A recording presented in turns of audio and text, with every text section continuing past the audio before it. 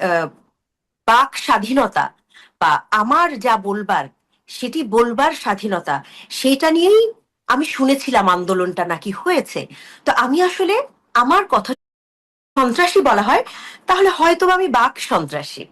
আমি আহ, বাক স্বাধীনতা বা আমার যা বলবার সেটি বলবার স্বাধীনতা, সেটা নিয়েই আমি শুনেছিলাম আন্দোলনটা নাকি হয়েছে। তো আমি আসলে আমার কথাটুকু বলতে চেয়েছিলাম, এবং আমি এখনো আমার কথাটুকু বলবার চেষ্টা করি। তো এটাকে যদি সন্ত্রাসী বলা হয়, তাহলে হয়তো আমি বাক সন্ত্রাসী। আমি যেটাকে আমার অন্যায় মনে হয় সেটাকে আমি অন্যায় বলি।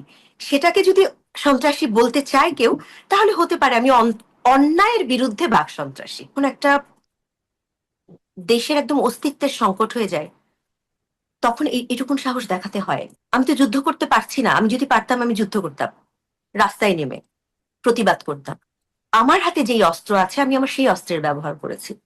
আমার কাছে আমাদের দেশের অস্তিত্বের সংকট, আমাদের দেশের মুক্তিযোদ্ধাদের প্রতি যেই ব্যবহার আমরা দেখেছি, আমি আমি সেটা এখনো ভাবতে পারি না। আমি এটা এটা ভাবতে গেলেই আমার মানে এই এই এই কষ্টটা কোনো কিছুর সাথে তুলনা করা যায় না। যে মুক্তিযোদ্ধাদের উপর যেই ধরনের অন্যায় হয়েছে, তাদেরকে জুতার মালা পরানো হয়েছে, এবং মুক্তিযোদ্ধা পরিচয়টাই একটা নেগেটিভ পরিচয় একটা সময় দেখা হয়েছে।